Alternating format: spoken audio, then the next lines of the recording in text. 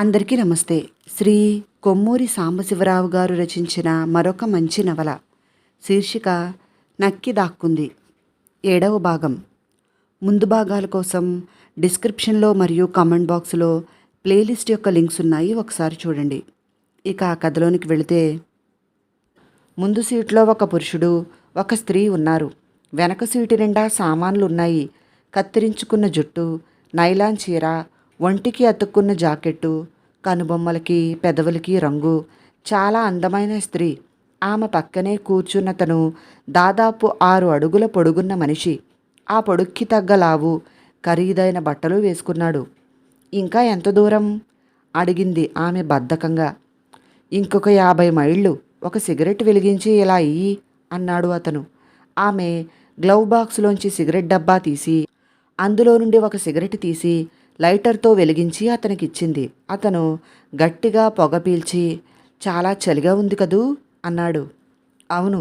తిన్నగా మద్రాసుకి వెళ్లకుండా ఈ మధ్యలో యాత్ర ఎందుకు పెట్టావంట అడిగింది ఆమె.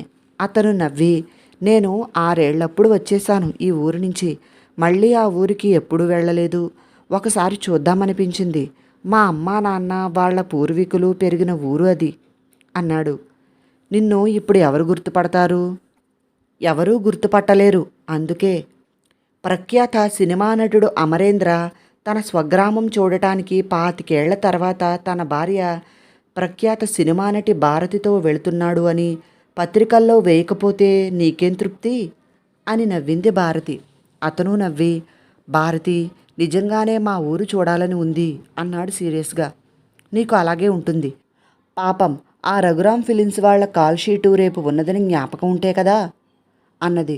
రేపటికి మద్రాసు చేరుకోము అమరేంద్ర జవాబు చెప్పాడు. అంతలో రోడ్డు మీద అడ్డంగా ఒక మనిషి నిలబడి కారు ఆపమని చెయ్యి ఊపటం భారతి చూసి, ఎవరో పాపం ఏం కష్టం వచ్చిందో కారు ఆపమంటున్నాడు అన్నది. ఇప్పుడు ఆపటం మంచిది కాదు అన్నాడు అమరేంద్ర. భారతి హేళనగా నవ్వి, 10 మంది బందిపోటు దొంగలను ఒక్కడవే చిత్తు చేసే ప్రతాపమంతా సినిమాలోనే అన్నమాట అన్నది. అమరేంద్ర మొహం ఎర్రబడింది. చటుక్కున సడన్ బ్రేక్ వేసి, ఎందుకు కారు ఆపమని సైగ చేశావు అడిగాడు రోడ్డు మీద నిల్చుని ఉన్న మనిషిని. అతను జవాబు చెప్పలేదు. చేతిలో ఉన్న పిస్తోలు అమరేంద్ర తలవైపు గురిపెట్టి ఉంచి, కారు వెనక తలుపు తెరిచి ఎక్కి కూర్చుని త్వరగా పోనీయి అన్నాడు. ఏమిటి దబాయింపు? నీతో చర్చించేందుకు నాకు టైం లేదు, త్వరగా పోనీ, లేదా నిన్ను షూట్ చేసి కారు నేను తీసుకుపోతాను అన్నాడు అతను. అతను రాఘవన్. భారతి వెనక్కి తిరిగి చూసింది. దుమ్ము కొట్టుకుని మాసిపోయిన బట్టలు, రేగిన జుట్టు, పీక్కిపోయిన మొహం. అతన్ని చూడగానే ఆమె ఒళ్ళు జలధరించింది. ఒక సిగరెట్ వెలిగించి ఇలా ఇయ్యి అన్నాడు రాఘవన్. సిగరెట్ చాలా, తాంబూలం కూడా కావాలా అడిగింది భారతి కోపంగా. ఉంటే తాంబూలం, తర్వాత ఒక ముద్దు కూడా ఇయ్యి అన్నాడు రాఘవన్ నవ్వుతూ. రాత్రంతా కన్ను మూయకుండా కారు డ్రైవ్ చేస్తూనే ఉన్నారు. అలసిపోలేదు అడిగింది రాజ్యలక్ష్మి భర్తని. అప్పుడే, ఇంకా ఒక రోజంతా డ్రైవ్ చేయగలను నేను అన్నాడు శర్మ నవ్వుతూ. తర్వాత 2 రోజులు పడక వేస్తారు, మీకేం, చెయ్యలేక నేను చేస్తాను. 60 పడి వచ్చిందని మీకు జ్ఞాపకమైనా ఉంటుందా? ఇంకా 25 ఏళ్ల కుర్రాడు మళ్ళీ ప్రవర్తిస్తే ఎలా అన్నది రాజ్యలక్ష్మి నవ్వుతూ. ఆమెకు 50 ఏళ్ళు ఉంటాయి. మెళ్ళో నల్ల పూసల దండ, చంద్రహారం, చేతులకి బంగారు గాజులు, కనకాంబరం పట్టుచీర, పచ్చని ఒంటురంగు, కాణీ కాసంత కుంకుమబొట్టు, కళకళలాడుతున్న మొహం. కనీసం 10 గంటలైనా మనం బెంగుళూరుకి చేరుకోవాలి. 11 గంటలకు కాన్ఫరెన్స్ అని మరిచిపోయావా అన్నాడు శర్మ. మరిచిపోలేదు. కారు వద్దు, రైలులో వెళదామని నేను చెప్పిన విషయము మరిచిపోలేదు. రైలులో బయలుదేరి ఉంటే తమరిని కూడా ఎందుకు తీసుకుని బయలుదేరతాను అన్నాడు శర్మ. పోనీ నేను ఇంట్లోనే ఉండేదాన్ని. శర్మ అర్భకుడిలా కనిపిస్తాడు. 5 అడుగుల 4 అంగుళాల పొడుగు, సన్నగా ఉంటాడు. పల్చని మొహం, మంచి ఆస్తిపరుడు. ఊటీలో ఉంటున్నాడు. సొంత ఇల్లు ఉన్నది. నవలా రచయిత. కన్నడ, తెలుగు, తమిళ రచయితల సమావేశానికి వెళుతున్నాడు. ఆ వేళ అతను ప్రసంగించాలి. అతని అంబాసిడర్ కారు 50 మైళ్ళ స్పీడును వెళుతోంది.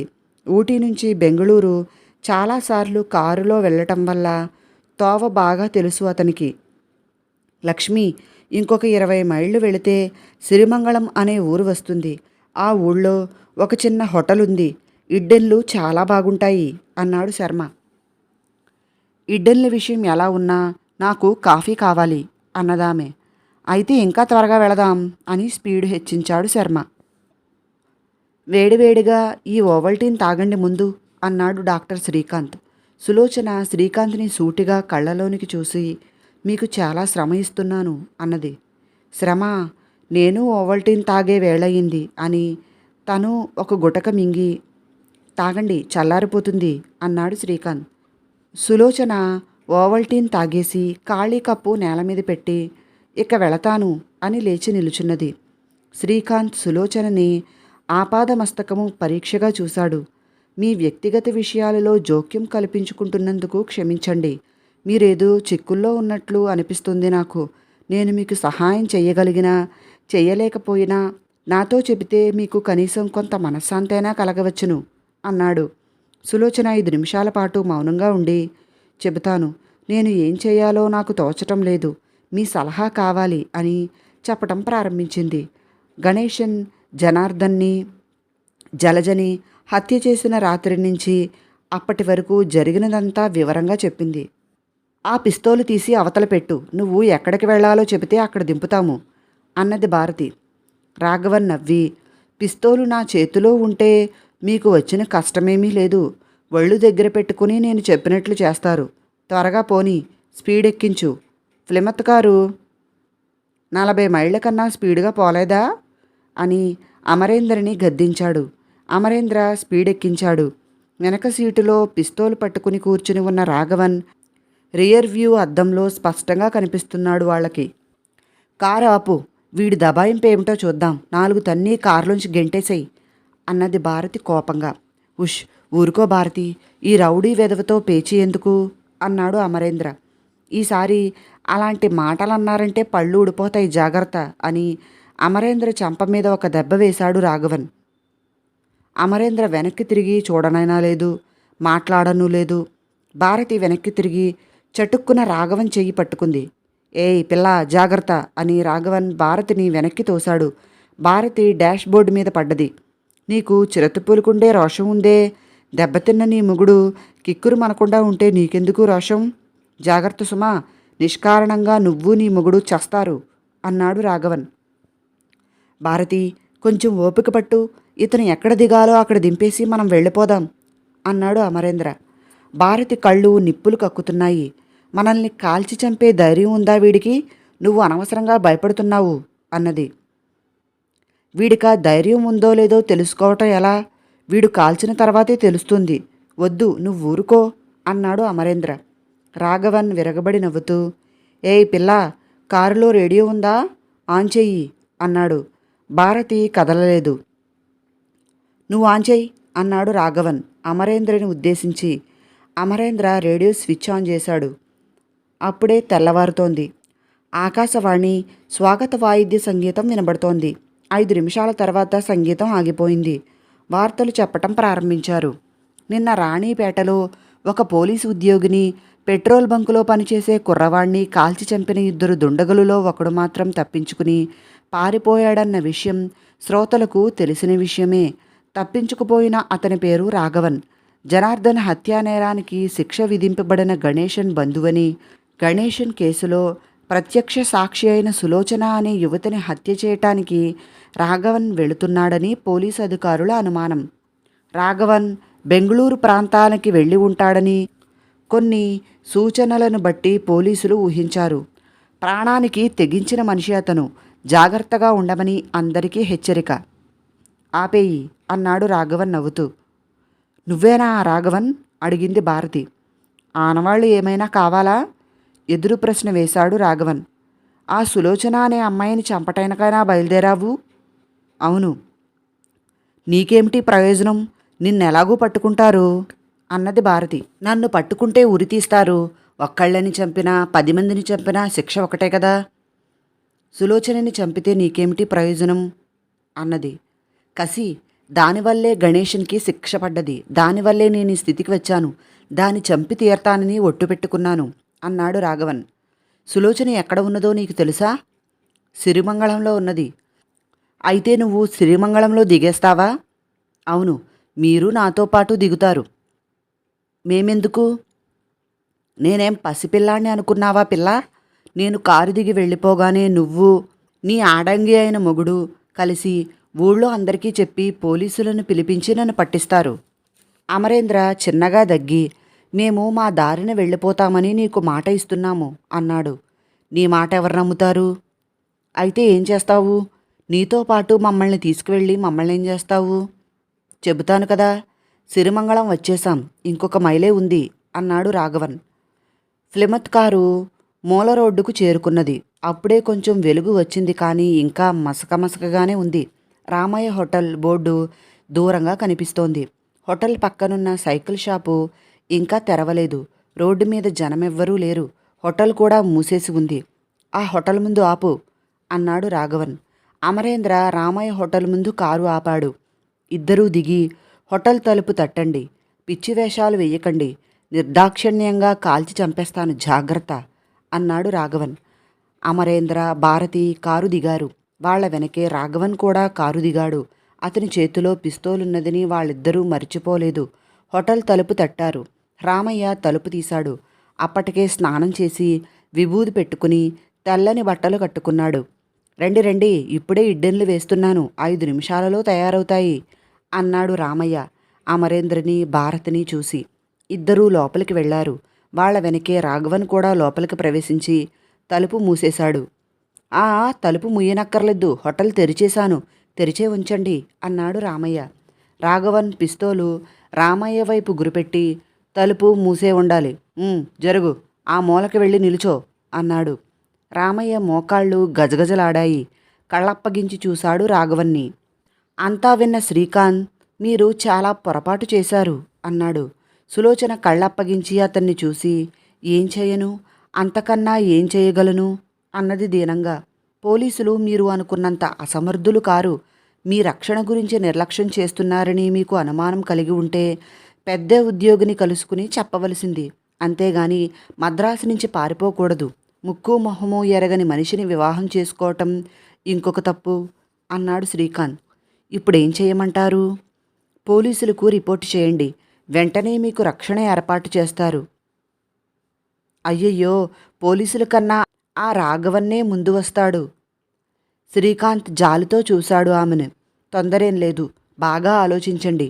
ఏం చెయ్యాలో తెల్లారిన తర్వాత తేల్చుకోవచ్చు. ఈ రాత్రికి ఇక్కడే పడుకోండి. సులోచన జవాబు చెప్పలేదు, తల వంచుకుంది. తలుపు లోపల గడియ పెట్టుకోండి అని లేచాడు శ్రీకాంత్. మరి మీరు? అడిగింది సులోచన. నేను ఆ గొడ్లపాకలో పడుకుంటాను. ఇద్దరం ఒకే ఇంట్లో పడుకోవటం సభ్యత కాదు, ఎవరైనా ఏమైనా అనుకుంటారు. గొడ్లపాకలోనా? గొడ్లు లేవులేండి, ఒక మంచం ఉంది. రాత్రులు వచ్చే పేషెంట్లు పడుకోవలసి వస్తే పడుకునేందుకు ఒక మంచం ఏర్పాటు చేశాను. పోనీ నేనే గొడ్ల సావిట్లో పడుకుంటారా? తలుపు లేదు అని శ్రీకాంత్ లేచి 2 అడుగులు వేశాడు. శ్రీకాంత్ గారు పిలిచింది సులోచన. అంటూ వెనక్కి తిరిగాడు శ్రీకాంత్. ఇద్దరు కళ్ళు కలిశాయి. మాటలతో చెప్పుకోలేని విషయాలు వాళ్ళ కళ్ళు రహస్యంగా మాట్లాడుకున్నాయి. ఏమీ లేదు అన్నది సులోచన దీనంగా. శ్రీకాంత్ ఆ గదిలో నుంచి వెళ్ళిపోయాడు. వచ్చేశాం అన్నాడు శర్మ. ఎక్కడికి? అడిగింది రాజ్యలక్ష్మి. ఇంకెక్కడికి, హోటల్కి. దిగు అని రామయ్య హోటల్ ముందు కారు ఆపాడు శర్మ. ఇంకో కారు కూడా ఆగి ఉందే అన్నది రాజ్యలక్ష్మి హోటల్ ముందు ఆగి ఉన్న ప్లిమత్ కారు చూసి. నేను చెప్పలేదు, ఇది చాలా గొప్ప హోటలు. ఇక్కడ ఇడ్డెన్లు తినటానికి కార్లలో ఢిల్లీ నుంచి కూడా వస్తారు అన్నాడు శర్మ నవ్వుతూ. లండన్ నుంచి రారు అంటూ రాజ్యలక్ష్మి కారు దిగి, హోటల్ మూసేసుందే అన్నది. తలుపు తడితే సరి అని శర్మ చకచకా తలుపు దగ్గరికి వెళ్ళి తలుపు తట్టాడు. ఎవరో చూడు అన్నాడు రాఘవన్. రామయ్య బెదురుతూ కదలలేదు. నిన్నే, ఆ కిటికీలోని చూడు గద్దించాడు రాఘవన్. రామయ్య కిటికీ దగ్గరికి పోయి చూసి, ఎవరో ప్రయాణికులు కారులో వచ్చారు అన్నాడు. ఎంతమంది? ఒక ముసలాయన, ఒక ముసలామే. తలుపు తీయి, లోపలికి రమ్మను. పిచ్చి వేషాలు వెయ్యకు, పిస్తోలు నీ వీపుకి సూటిగా గురిపెట్టి ఉంచాను అన్నాడు రాఘవన్. రామయ్య తలుపు తీసి, రండి అన్నాడు నెమ్మదిగా. ఇంకా హోటల్ తెరవలేదా? ఇడ్డెన్లు ఉన్నాయా? అంటూ శర్మ భార్యతో పాటు లోపలికి వచ్చాడు. తలుపు మూసి గడియపెట్టు అరిచాడు రాఘవన్. శర్మ అటు తిరిగి చూశాడు. చెరో కుర్చీలో కూర్చుని ఉన్న అమరేంద్రని, భారతిని, బల్ల మీద కూర్చుని పిస్తోల్తో రామయ్యని బెదిరిస్తున్న రాఘవన్ని చూసి ఏమిటి గొడవ అడిగాడు. నువ్వు నీ ముసల్ది వెళ్ళి ఆ 2 కుర్చీలలో వాళ్ళిద్దరి పక్కన కూర్చోండి అన్నాడు రాఘవన్. కూర్చుంటాము, ముందు అసలు విషయం ఏంటో చెప్పండి అన్నాడు శర్మ. ముందు వెళ్ళి కూర్చుంటావా లేదా అడిగాడు రాఘవన్ కోపంగా. రాజ్యలక్ష్మి భర్త చేయి పట్టుకుని లాగి రండి అన్నది. రామయ్య, మీ ఊళ్ళో డాక్టర్ ఉన్నాడా అడిగాడు రాఘవన్. ఉన్నాడండి, రామయ్య వినయంగా జవాబు చెప్పాడు. ఎంత దూరం? 1/2 ఫర్లాంగు దూరమండి. ఏయ్, నువ్వు లేచి నిల్చో అన్నాడు రాఘవన్ అమరేంద్రని చూసి. స్కూలు పిల్లాడు టీచర్ చెప్పగానే లేచి నిలుచున్నట్లు చటుక్కున లేచి నిల్చున్నాడు అమరేంద్ర. తర్వాత రామయ్య వైపు తిరిగి ఆ డాక్టర్ ఎక్కడుంటాడో గుర్తు చెప్పు అన్నాడు రాఘవన్. రామయ్య చెప్పాడు. సరిగ్గా విన్నావా అడిగాడు రాఘవన్ అమరేంద్రని. విన్నాను. నువ్వు వెళ్ళి ఆ డాక్టర్ని పిలుచుకుని రావాలి, తెలిసిందా? నీ భార్య చెయ్యి విరిగిందని కట్టుకట్టడానికి రమ్మని చెప్పు. ఇంకెవ్వరినీ తీసుకురాకు. ఇంకెవరికైనా చెప్పావా, పోలీసులకు కబురు చేయటానికి ప్రయత్నించావా, నీ భార్య ప్రాణం దక్కదు. నేను ప్రాణానికి తెగించిన మనిషిని. వెళ్ళు అన్నాడు రాఘవన్. అమరేంద్ర భార్యను చూస్తూ నిలుచున్నాడు. వెళ్ళదలుచుకోకపోతే చెప్పు, ఇద్దరినీ ఇప్పుడే కాల్చి చంపేస్తాను. మీ అందరినీ కాల్చి చంపేసి నేనే డాక్టర్ దగ్గరికి వెళతాను. పోనీ పాపం కదా అని చూస్తున్నాను అన్నాడు రాఘవన్. అమరేంద్ర భార్యని జాలిగా చూశాడు. భారతిని వదిలి వెళ్ళటం అతనికి ఇష్టం లేదు. తను వచ్చేలాగా ఏం జరుగుతుందో. భారతి కోపిష్టిది, తొందరపాటు మనిషి. వెళ్ళండి, అన్నిటికీ తెగించిన మనిషి ఇతను. ఎదురు చెప్పటం మంచిది కాదు. మీ భార్యని నేను చూస్తూ ఉంటాను అన్నాడు శర్మ. నేను వచ్చేంతవరకు కదలకుండా మాట్లాడకుండా కూర్చో అని భార్యకి చెప్పి అమరేంద్ర హోటల్లోంచి బయటికి నడిచాడు. సులోచన తెల్లారి నిద్రలేచి పరిసరాలు చూసి కొన్ని నిమిషాల పాటు ఎక్కడున్నది, ఏమి జరిగినది జ్ఞాపకం రాక తికమకపడింది. తర్వాత జరిగినదంతా నెమ్మదిగా జ్ఞాపకం తెచ్చుకున్నది. గత రాత్రి ఎవరో వచ్చి తలుపు తట్టారు. తను కిటికీలోంచి చూసింది. తన భర్త గోవర్ధనం మెట్ల మీద నిలుచుని ఉన్నాడు. తను పలకలేదు. కాసేపు తలుపు తట్టి ఎవరూ ఇంట్లో లేరనుకుని వెళ్ళిపోయాడు. తర్వాత కాసేపటికి తనకు నిద్ర పట్టింది. శ్రీకాంత్ ఇంకా నిద్ర లేవలేదు. సులోచన స్టవ్ ముట్టించి వంట ఇంట్లోనికి వెళ్ళి వెతికింది. పాల డబ్బా పొడి కనిపించింది. కాఫీ చేయటానికి పూనుకున్నది. ఎవరో వచ్చి తలుపు తట్టారు. ఇంతలో ఎవరో తెలుసుకోకుండా సులోచన తలుపు తెరవదలుచుకోలేదు. కిటికీలోంచి చూస్తే ఎవరో కొత్త మనిషి ఫుల్ సూట్లో ఉన్నాడు. ఎక్కడో చూసిన మొహం. చటుక్కున జ్ఞాపకం వచ్చింది. హీరో అమరేంద్ర. ఎవరు కావాలి అడిగింది సులోచన. డాక్టర్ గారు. లేరు. ఎక్కడుంటారు? అర్జెంట్. ఆ గొడ్లపాకలో ఉన్నారు చూడండి అన్నది. అమరేంద్ర గొడ్లపాకలోనికి వెళ్ళి 2 నిమిషాలలో శ్రీకాంత్తో తిరిగి వచ్చాడు. సులోచన తలుపు తీసింది. డాక్టర్ శ్రీకాంత్ సమక్షంలో ఆమెకి ఎక్కడా లేని ధైర్యం వచ్చింది. ఆయన ఉండగా తనకు ఎటువంటి హాని జరగదని మొండి ధైర్యం అది. నేను వెళుతున్నాను. ఈ నా భార్యకి చెయ్యి విరిగిందట. రామయ్య హోటల్లో ఉన్నారట. తలుపు వేసుకోండి అన్నాడు శ్రీకాంత్ సంచి తీసుకుంటూ. కాఫీ తాగి వెళ్ళండి అన్నది. రామయ్య హోటల్కేగా వెళుతున్నాను, అక్కడ తాగుతాను అని శ్రీకాంత్ అమరేంద్రతో వెళ్ళిపోయాడు. సులోచన తలుపు లోపల గడియ పెట్టుకున్నది. గుడ్, బుద్ధిమంతుడల్లే డాక్టర్ని తీసుకొచ్చావన్నమాట అన్నాడు రాఘవన్. శ్రీకాంత్ అమరేంద్ర లోపలికి రాగానే పేషెంట్ ఏది అడిగాడు శ్రీకాంత్ అమరేంద్రని చూసి. ఐఎమ్ సారీ డాక్టర్, అబద్ధం చెప్పాను. నా భార్యకే కాదు చెయ్యి విరిగింది, ఇతనికి. ఎవరికైతేనేం, అతని కోసమైనా వచ్చేవాణ్ణి. అబద్ధం ఎందుకు చెప్పారు అడిగాడు శ్రీకాంత్ అర్థం కాక. ఇతను పిస్తోలు చూపించి బెదిరించి మిమ్మల్ని తీసుకురమ్మని నన్ను పంపాడు. నా భార్య ఇక్కడ ఉంది. నా భార్య చెయ్యి విరిగిందంటే మీరు వస్తారని అట్లా చెప్పాను. చాలు చాలు, కథలు చెప్పుకుంటూ ఉంటే వినటానికి టైం లేదు. తొందరగా నా చేతికి కట్టు కట్టాలి. ఆ బ్యాగ్ తీసుకుని ఇలా రా అన్నాడు రాఘవన్. డాక్టర్ శ్రీకాంత్ రాఘవన్ని పరీక్షగా చూసి, ఎవరు నువ్వు? ఎందుకు అందరినీ ఇలా బెదిరిస్తున్నావు అడిగాడు. రాఘవన్ నవ్వాడు. నా పేరు రాఘవన్.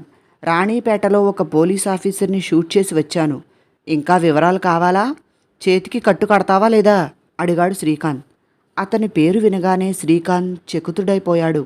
సులోచన చెప్పినప్పుడు ఆ రాఘవన్ ఇంత దగ్గరలో ఉన్నాడనుకోలేదు.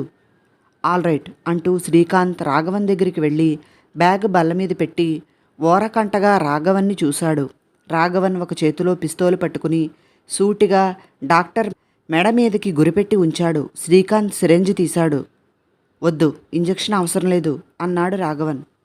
ఎముక సరిచేస్తున్నప్పుడు విపరీతమైన నొప్పి పుడుతుంది, తట్టుకోలేవు అన్నాడు. నిజమే, కానీ నువ్వు ఏ మత్తు మందో ఇంజెక్షన్ ఇస్తే ఇంజెక్షన్ అవసరం లేదు, ఎంత బాధైనా ఓర్చుకుంటాను, చేతికి కట్టు అన్నాడు.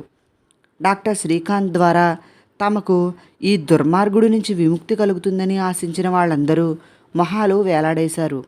చెయ్యి విరిగిన వెధవ ఒక్కడు, మీరిందరు మగాళ్ళున్నారు, వాడు చెప్పినట్లు చేయటం ఏమిటి అన్నది భారతి కోపంగా. నీకున్న పౌరుషం నీ మొగుడికి లేదు, ఏం చేయమంటావు అన్నాడు రాఘవన్ నవ్వుతూ. డాక్టర్ శ్రీకాంత్ బ్యాండేజీ క్లాత్ సంచిలోంచి తీసి బల్ల మీద పెట్టి చెయ్యి ఇలాతే అన్నాడు. గుడ్ డాక్టర్, పిచ్చి వేషాలు వెయ్యకు, అనవసరంగా ప్రాణాలు బలి ఇవ్వకు, నీ పని నువ్వు కరెక్ట్గా చేసి వెళ్ళిపో అని చెయ్యి జాపాడు రాఘవన్. శ్రీకాంత్ బాగా దగ్గరికి జరిగి విరిగిన చేతిని వేళ్లతో తడిమి చూశాడు. రాఘవన్ రెండో చేతిలో పిస్తోలు పట్టుకుని శ్రీకాంత్ తలకు గురిపెట్టాడు. శ్రీకాంత్ విరిగిన చెయ్యిని కొంచెం లాగాడు. అబ్బా అని ఒక్క క్షణం కళ్ళు మూశాడు రాఘవన్. అదే అవకాశం అనుకుని శ్రీకాంత్ రాఘవన్ చేతిలోని పిస్తోలు ఎగరగొట్టడానికి ప్రయత్నించాడు. కానీ రాఘవన్ చటుక్కున పిస్తోలున్న చెయ్యి వెనక్కి లాగి కాలితో డాక్టర్ని డొక్కలో తన్నాడు. శ్రీకాంత్ ఆ తన్నుకు దూరంగా ఎగిరిపడ్డాడు. లేచి నిల్చో అన్నాడు రాఘవన్. శ్రీకాంత్ లేచి నిల్చున్నాడు. ఇలా రా. శ్రీకాంత్ రాఘవన్ దగ్గరికి వెళ్ళాడు. పిస్తోలు వెనక్కి తిప్పి పిడితో శ్రీకాంత్ నోటి మీద ఒక దెబ్బ వేశాడు. చటుక్కున పిస్తోలు మళ్ళీ మామూలుగా పట్టుకుని శ్రీకాంత్ వైపు గురిపెట్టాడు. శ్రీకాంత్ పెదిమ చిట్లి రక్తం కారుతోంది. ఇది హెచ్చరిక, ఈసారి పిచ్చి వేషాలు వేశావంటే ప్రాణం దక్కదు అన్నాడు రాఘవన్. శ్రీకాంత్కి కోపమైతే రెచ్చిపోయింది, కానీ పిస్తోలు పట్టుకున్న మనిషిని ఏం చేయగలడు? అవకాశం కోసం కాచుకునున్నాడు. ఏయ్ పిల్ల, నువ్వు ఇలారా అన్నాడు రాఘవన్ భారతిని. ఎందుకని ప్రశ్న ఏమిటి? ఇలారా.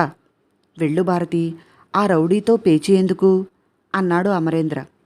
ఎందుకు చెబితే గాని రాను అన్నది భారతి కోపంగా. పిస్తోలు నీ మీద గురిపెట్టి ఉంచుతాను. ఈ డాక్టర్ పిచ్చి వేషాలు వేస్తే పిస్తోల్ పేలుతుంది, ఇద్దరూ చస్తారు. వస్తున్నావా లేదా? వెళ్ళమ్మా వెళ్ళు, అతను చెప్పినట్లు చేయవలసిందే అన్నాడు శర్మ. భారతి కుర్చీలోంచి లేచి రాఘవన్కి సమీపంగా వెళ్ళి నిలుచున్నది. రాఘవన్ పిస్తోలు భారతి మెడ మీద ఆనించి పెట్టి, డాక్టర్, ఈసారి నువ్వు ఇందాకటిలాగా మొరటిగా ప్రవర్తించావంటే ఈ అమ్మాయి చస్తుంది, సందేహించను అన్నాడు రాఘవన్. శ్రీకాంత్ భారతి వైపు చూశాడు. భారతికి కూడా కొంచెంగా భయం వేసింది. శ్రీకాంత్ రాఘవన్ చేతికి కట్టుకట్టడం ప్రారంభించాడు. పిల్ల, నువ్వు చాలా అందమైన దానివే కాదు, ఆడపులిలాంటి దానివి. ఆ ఆడంగి లేకివాణ్ణి ఎందుకు పెళ్లి చేసుకున్నావు? నాతో వచ్చేసేయ్, పోదాం అన్నాడు రాఘవన్. భారతి మాట్లాడలేదు. శ్రీకాంత్ అతని మాటలకు అడ్డు వచ్చి, నువ్వు అసలు ఈ ఊరు ఎందుకు వచ్చావు?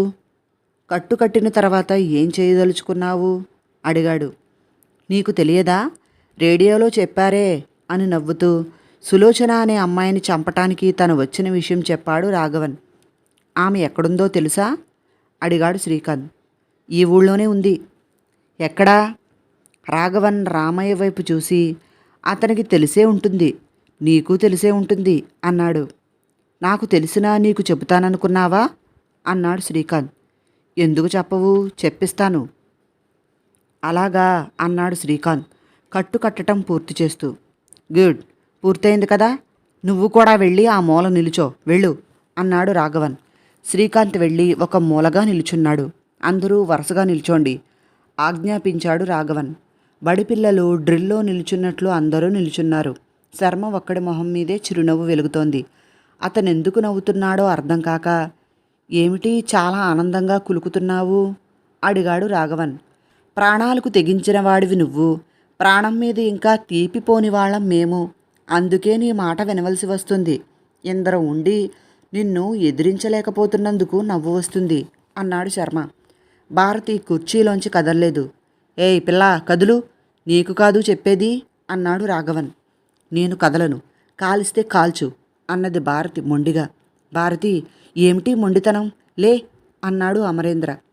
ఎవడో వెధవ ఓ చిన్న పిస్తోలు చేతిలో పట్టుకోగానే మనందరము వాడు చెప్పినట్లు వినటం ఏమిటి? నలుగురు చెట్టంత మగాళ్ళున్నారు. నిన్ను చూస్తే అసహ్యం వేస్తుంది. సినిమాల్లో ఇలాంటి దృశ్యాలలో అవలీలగా పిస్తోలు పట్టుకుని 10 మందిని ఒక్క దెబ్బతో పడగొడతావు.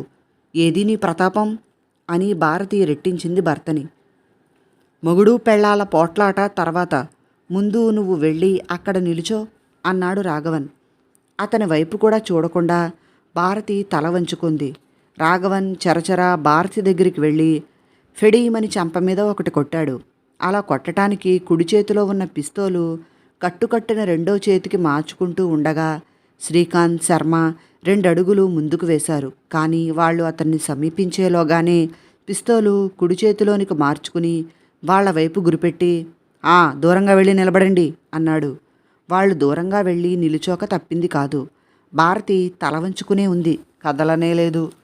పిల్ల లేస్తావా లేవవా? నీ ధైర్యానికి నిజంగా నాకు నీ మీద చాలా ఇష్టం వస్తుంది కానీ అని వంగి భారతిని ముద్దు పెట్టుకున్నాడు రాఘవన్. చీ వెధవా అంటూ భారతి లేచి నిలబడింది. నిలబడగానే అతను మళ్ళీ ముద్దు పెట్టుకున్నాడు. భారతి 2 చేతులు అతని మెడ చుట్టూ వేసి గట్టిగా పట్టుకుంది. ఏమిటిది, వదులు అరిచాడు రాఘవన్. కావాలన్నావు కదా అంటూ అతని మెడను గట్టిగా పెనవేసింది భారతి. అమరేంద్ర మొహం ఎర్రబడింది. ముందుకు కదిలాడు. అడుగు ముందుకు వేయకు, కాలుస్తాను అరిచాడు రాఘవన్. అమరేంద్ర అతని హెచ్చరిక వినిపించుకునే స్థితిలో లేడు. వదలవే పిల్ల, నీ మొగుడు నా మీదకి వస్తున్నాడు, కాల్చక తప్పదు అన్నాడు రాఘవన్. భారతి అతన్ని ఇంకా గట్టిగా పట్టుకుని తన వైపు లాగుతోంది. అమరేంద్ర ముందుకు వస్తున్నాడు. రాఘవన్ పిస్తోలు పైకెత్తి ఆగు అన్నాడు. అమరేంద్ర ఆగలేదు. రాఘవన్ పిస్తోలు కాల్చాడు. చెవులు చిల్లులు పడేటట్లు ఢామ్ అని చప్పుడైంది. గోవర్ధన్ రాత్రి చాలాసేపటి వరకు భార్య కోసం వెతికాడు. ముందు రామయ్య హోటల్కి వెళ్ళి తలుపు తట్టాడు. రామయ్య తలుపు తీయలేదు. గోవర్ధనాన్ని కిటికీలోంచి చూసి తలుపుకి అడ్డంగా ఒక బల్ల లాగి కర్ర పట్టుకుని కూర్చున్నాడు. 10 నిమిషాలు తలుపు తట్టి రామయ్య హోటల్లో లేడేమోననుకుని గోవర్ధనం వెనక్కి తిరిగాడు. ఆ ప్రాంతంలో దగ్గరలో ఉన్న ఇల్లు శ్రీకాంత్ది. అతని ఇంటికి వెళ్ళి ఉండవచ్చునేమో అనుకుని అనుమానం కలిగి వెళ్ళి శ్రీకాంత్ ఇంటి తలుపు తట్టాడు. ఎవరూ పలకకపోయేటప్పటికీ ఇంటికి వెళ్ళి పడుకున్నాడు. బాగా మత్తులో ఉన్నందువలన పక్క మీద వాలగానే వళ్ళు తెలియని నిద్ర పట్టేసింది. తెల్లారి లేచి కాఫీ అని కేకేశాడు. ఎవరూ పలకలేదు. భార్య ఏమైందా అని ఇల్లంతా వెతికాడు. రాత్రి జరిగిన సంఘటన అప్పుడు జ్ఞాపకం వచ్చింది. అర్ధరాత్రి ఇంట్లోంచి పారిపోయింది. ఎవరితోనో లేచిపోయింది. తను హింసించడం వల్ల ఇంట్లోంచి పారిపోయిందని అతనికి స్ఫురించటం లేదు. ఆ రామయ్య గారి దగ్గరికి పోయి ఉండాలి. వాడి హోటల్లోనే రాత్రంతా గడిపి ఉండాలి అనుకున్నాడు. గోవర్ధనంకి ఒళ్ళు తెలియని కోపం వచ్చేసింది. తల పగిలిపోతున్నది. బీరువాలో దాచుకున్న సీసాలోంచి మందు తీసి తాగాడు.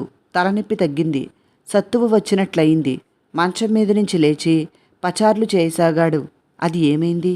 రాత్రంతా ఆ వెధవతో ఆ రామయ్య డొక్క చీల్చాలి అనుకుంటూ గబగబా ఇంట్లోంచి బయటికి పరిగెత్తాడు. రామయ్య హోటల్ ముందు 2 కార్లు ఆగి ఉన్నాయి.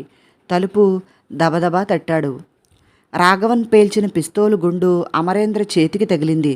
దెబ్బ కన్నా షాక్ ఎక్కువయ్యి మనిషి నిశ్చలంగా నిలబడ్డాడు. ఆ పేల్పుడు వినగానే భారతి రాఘవన్ మెడ మీద నుంచి చేతులు తీసేసి భర్త వైపు తిరిగింది. అతని చేతి మీద నుంచి కారుతున్న రక్తం అతని మొహం చూసి కెవ్వున కేకపెట్టి భర్త దగ్గరికి పరిగెత్తింది. రాఘవన్ విరగబడి నవ్వాడు. పశువా అరిచింది భారతి. నీ వల్ల అతగాడికి దెబ్బ తగిలింది. నీ మొండితనమే కారణం. అతన్ని రెట్టించావు. పోనీ అతని చేతి మీదే పేల్చాను. ప్రాణభయం లేదులే. డాక్టర్ ఉన్నాడు కదా, కట్టుకట్టమను అన్నాడు రాఘవన్. శ్రీకాంత్ అమరేంద్ర చెయ్యి పరీక్ష చేసి గుండు చేతిలోనికి పోలేదు, రక్తం కారుతోంది అంతే అని గబగబా బ్యాండేజీ చుట్టాడు. భారతి అమరేంద్ర కళ్ళల్లోనికి ఆప్యాయంగా చూసి, నువ్వు నా మాట సీరియస్గా తీసుకుని ఉండకూడదు. నేను ఊరికనే అలా మాట్లాడతానని నీకు తెలుసు కదా అన్నది భారతి. నువ్వు అన్నావని కాదు, ఆ విధవ నిన్ను కొట్టాడు అన్నాడు అమరేంద్ర పళ్ళు పటపటా కొరుకుతూ. వాడితో పేచీ పెట్టుకోవటం కన్నా వాడికేం కావాలో తెలుసుకుని మనం ఈ విషమ పరిస్థితుల్లోంచి త్వరగా బయటపడటం మంచిది అన్నది రాజ్యలక్ష్మి. ఏం కావాలో చెబుతున్నాడుగా. ఆ సులోచన అనే అమ్మాయి ఈ ఊళ్ళో ఎక్కడ ఉన్నదో చెప్పాలట, మనకు తెలియదు అన్నాడు శర్మ. ఏయ్, అటు జరుగు, నిలుచో. ఆ సులోచన అనే అమ్మాయి ఎక్కడున్నదో తెలుసా అన్నాడు రాఘవన్ రామయ్యను చూసి. రామయ్య ఉత్త పిరికి మనిషిని, స్వార్థపరుడని, సులోచన రాధా అనే పేరుతో గోవర్ధనం ఇంటిలో ఉన్నదని, ఆ విషయం రామయ్యకి తెలుసునని శ్రీకాంత్కి తెలుసు.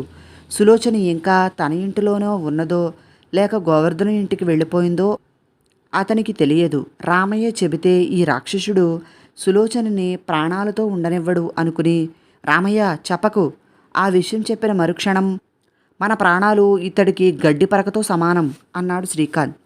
రామయ్య సందిగ్ధంలో పడ్డాడు. రామయ్య, సులోచన ఎక్కడున్నది తెలియనంతవరకే వీడు మనల్ని ప్రాణాలతో ఉంచుతాడు. తెలిసిన తర్వాత మన అందరినీ కాల్చి చంపి వెళ్ళి సులోచనని చంపుతాడు అన్నాడు శ్రీకాంత్. అవును, చెప్పకు అన్నాడు శర్మ. నోరు మెదపకు అన్నది భారతి. రామయ్య గుటకలు వేస్తున్నాడు. రాఘవన్ పిస్తోలు రామయ్య వైపు తిప్పి ఢామ్ అని పేల్చాడు. రామయ్య ఎగిరి గంతేసి కింద పడ్డాడు. లేచి నిల్చో, రుచి చూపించాను అంతే, ఈసారి పొట్టలో పిలుస్తాను, చెప్తావా లేదా అన్నాడు. రామయ్య తల ఊగించాడు. రామయ్య కేకేశాడు శ్రీకాంత్. నీకేం, నువ్వు దాని మోహంలో పడి అలాగే అంటావు. దాని ప్రాణం కాపాడడం కోసం నా ప్రాణం బలి ఇవ్వమంటావా? ఏమయ్యోయ్, ఆ సులోచన అనే అమ్మాయి గోవర్ధనం అనే అతన్ని పెళ్లి చేసుకుంది.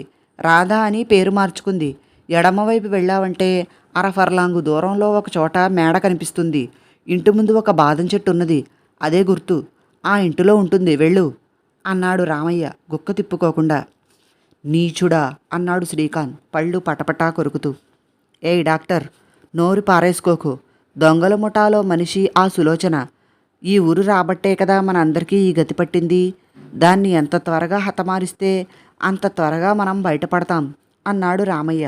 రాఘవన్ కనుబొమ్మలు మడిచి దీర్ఘంగా ఆలోచిస్తున్నాడు. వీళ్ళందరినీ వదిలి తను వెళ్ళటం వివేకమైన పని కాదు. రామయ్య లాంటివాడు భయంతో ఏమూలో దాక్కున్నా ఆ డాక్టర్ ఊరుకోడు. ఉన్నట్టుండి అమరేంద్రకు కూడా ధైర్యం వచ్చేసింది. వీళ్ళందరినీ కాల్చి చంపేసి వెళదామా లేక ఏం చేద్దాం అని మదనపడుతూ అతను ఇంకా ఏ నిర్ణయానికి రాకముందే తలుపులు తట్టిన చప్పుడైంది. ఎవరో చూసి వెళ్ళిపోమని చెప్పు, హోటల్ మూసేశారని చెప్పు ఆజ్ఞ ఇచ్చాడు రాఘవన్ రామయ్యకి. రామయ్య కిటికీలోంచి బయటకు చూశాడు. మొహం పాలిపోయింది. హోటల్ మూసేశారు, వెళ్ళు అన్నాడు.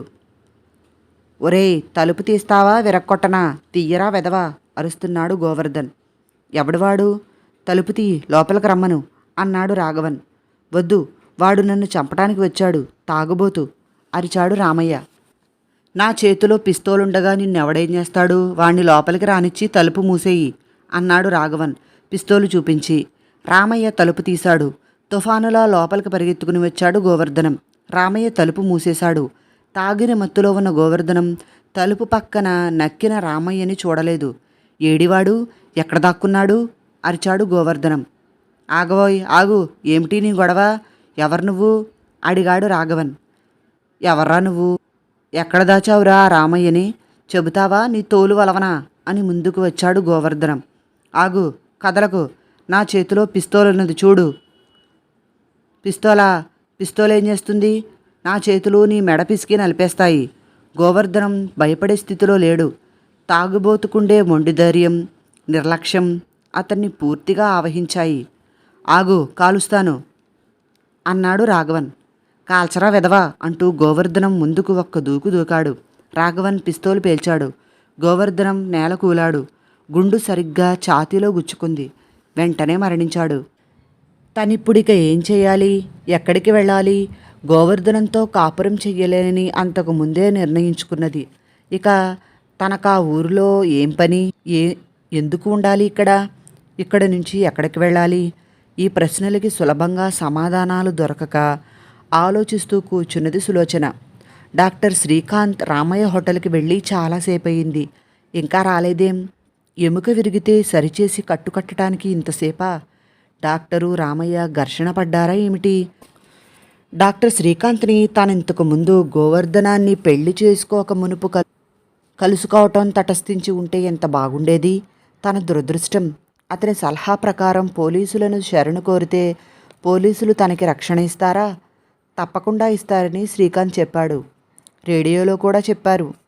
సులోచన ఇలా ఆలోచిస్తూ గోవర్ధనం రామయ్య హోటల్ వైపు పరిగెత్తటం మేడ మీది కిటికీలోంచి చూసింది.